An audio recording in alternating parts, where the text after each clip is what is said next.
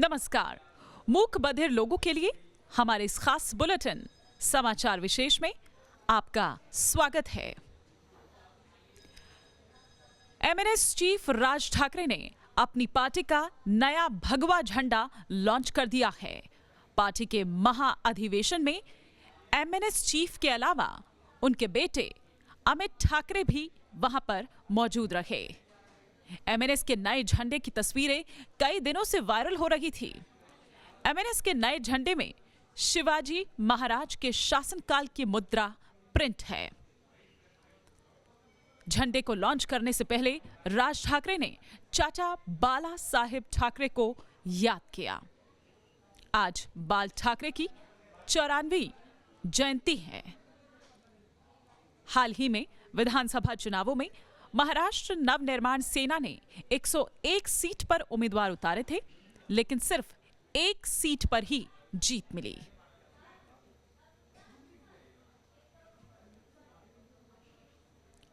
शिवसेना संस्थापक बाला साहेब ठाकरे की आज जयंती है, लेकिन महाराष्ट्र में बाला साहेब के विरासत पर सियासी जंग जारी है।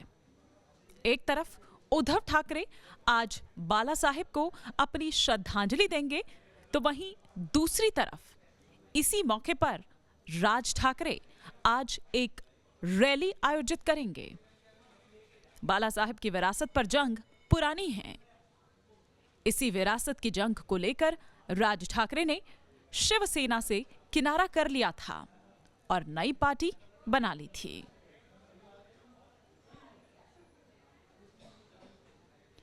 दिल्ली में आम आदमी पार्टी का धुआंधार प्रचार शुरू हो चुका है। दिल्ली विधानसभा चुनाव 2020 में प्रचार की कड़ी में आज सुबह आम आदमी पार्टी मुखिया और दिल्ली के मुख्यमंत्री अरविंद केजरीवाल ने अपने प्रत्याशियों के पक्ष में रोड शो शुरू किया। इस कड़ी में फिलहाल उन्होंने मटियाला विधानसभा क्षेत्र में आम आदमी प्रत्याशी गुलाब सिंह यादव के समर्थन में रोड शो किया। समर्थकों के साथ खुली जीप में केजरीवाल निकले। आम आदमी पार्टी उम्मीदवार के लिए उन्होंने वोट मांगे। इस रैली में भारी संख्या में समर्थक मौजूद रहे। मटियाला के बाद विकासपुरी में भी उन्होंने प्रचार किया। इसके बाद अरविंद केजरीवाल कालकाजी विधानसभा क्षेत्र में उम्मीदवार आतिशी के समर्थन में रैली करेंगे।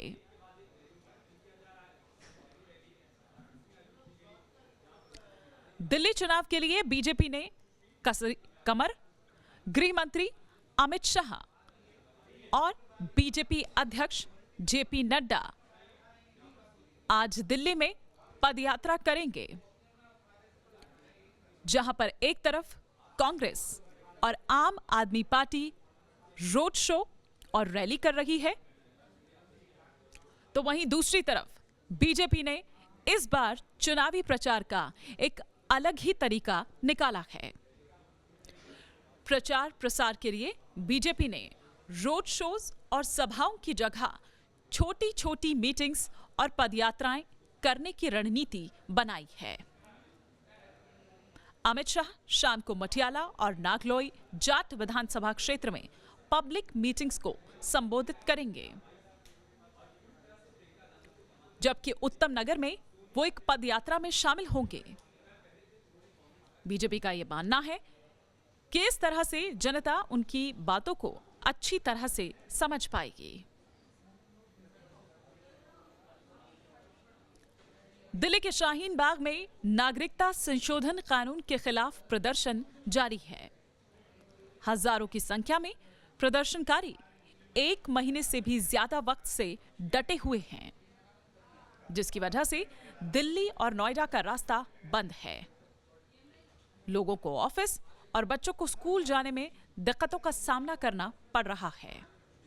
मंगलवार को कुछ प्रदर्शनकारियों ने दिल्ली के एलजी अनिल बैजल से मुलाकात की और इस दौरान फैसला लिया कि स्कूल बसों के लिए रास्ता खोला जाएगा, ताकि स्कूली बच्चों को कोई दिक्कत ना हो।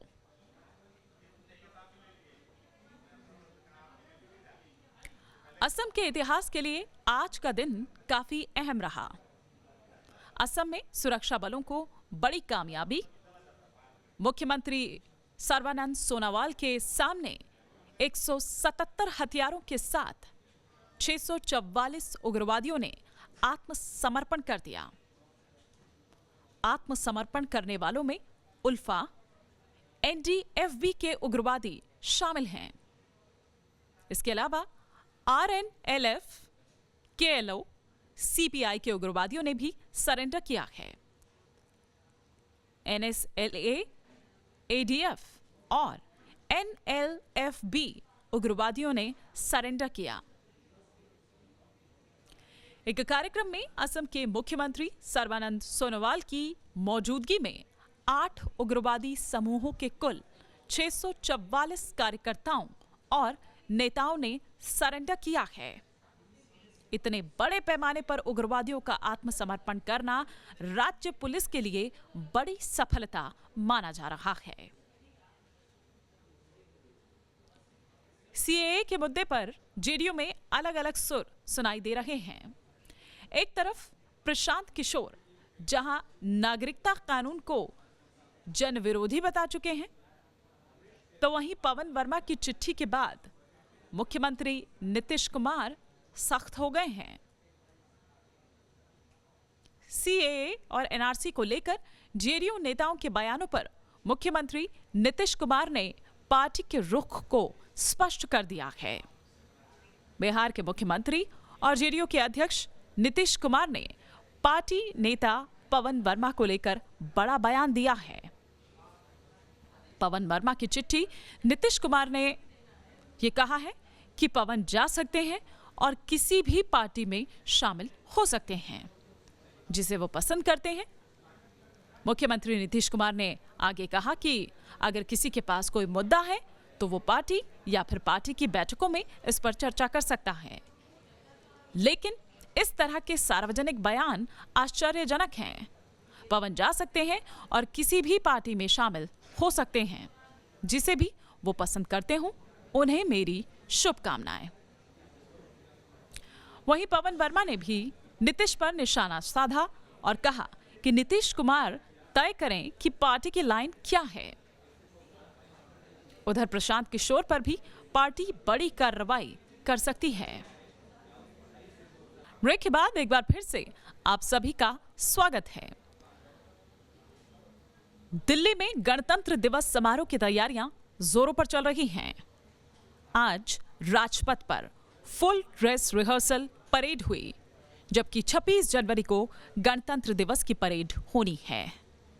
इस दौरान राजपथ पर भारतीय सेना के जांबाज, अर्धसैनिक, पुलिस के जवानों की टुकड़ियों संग एनसीसी के छात्र कदम ताल करते हुए देश के विकास, भाईचारे और शान की कहानी को बयां करते नजर आए। फुल ड्रेस रिहर्सल में परेड का नेतृत्व करती नजर आई कैप्टन तानिया शेरगिल। परेड का नेतृत्व करने वाली वो पहली महिला सैन्य अधिकारी हैं। फुल ड्रेस रिहर्सल में आकाश मिसाइल का दमखम भी नजर आया। 27 किलोमीटर दूरी और 15 किलोमीटर की ऊंचाई तक मार करने में सक्षम है ये। रिहर्सल में स्वदेशी भीष्म टैंक भी नजर आया। टैंक का वजन 46 टन है, जबकि इसका इंजन 1000 ब्रीड हॉर्स पावर का है। परेड के दौरान दिल्ली की ट्रैफिक पुलिस ने कई रास्तों को डाइवर्ट किया है। 2 मेट्रो स्टेशन भी सुबह से दोपहर तक बंद हैं। इस साल रिपब्लिक डे के मौके पर ब्राजील के राष्ट्रपति जेयर बोल्सोनारो चीफ गेस्ट के रूप में समारोह में शिरकत करेंगे। केंद्रीय मंत्री संजीव बालियान ने जेएनयू और जामिया को लेकर विवादित बयान दिया है। उन्होंने कहा है कि जेएनयू और जामिया में सब राजनीति के तहत हो रहा है। अगर पश्चिमी उत्तर प्रदेश के 10% छात्रों को आरक्षण दे दिया जाए तो जामिया और जेएनयू का इलाज कर देंगे। केंद्रीय मंत्री संजीव बालियान ने मेरठ में सीएए को लेकर आयोजित की गई रैली के समर्थन में यह सब कहा। निर्भया गैंगरेप केस के चारों गुनहगारों की फांसी की तैयारी शुरू हो चुकी है। तिहाड़ जेल प्रशासन ने गुनहगारों को नोटिस जारी करके उनकी अंतिम इच्छा के बारे में पूछा है।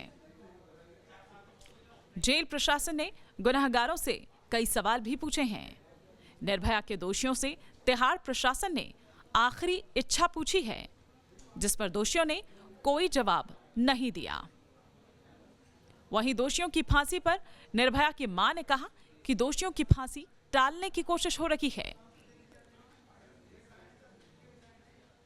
उधर कंगना ने भी एक प्रेस कॉन्फ्रेंस के दौरान निर्भया के हत्यारों और सुप्रीम कोर्ट की वरिष्ठ वकील इंदिरा जयसिंह पर अपना गुस्सा जाहिर किया है। कंगना ने यह कहा है कि जो शख्स बलात्कार कर रहा है, इस तरह की हरकत कर पा रहा है, तो सबसे पहले तो वो अवयस्क है ही नहीं। कंगना यही नहीं थमी, उन्होंने वरिष्ठ वकील इंदिरा जयसिंह पर भी हमला बोला।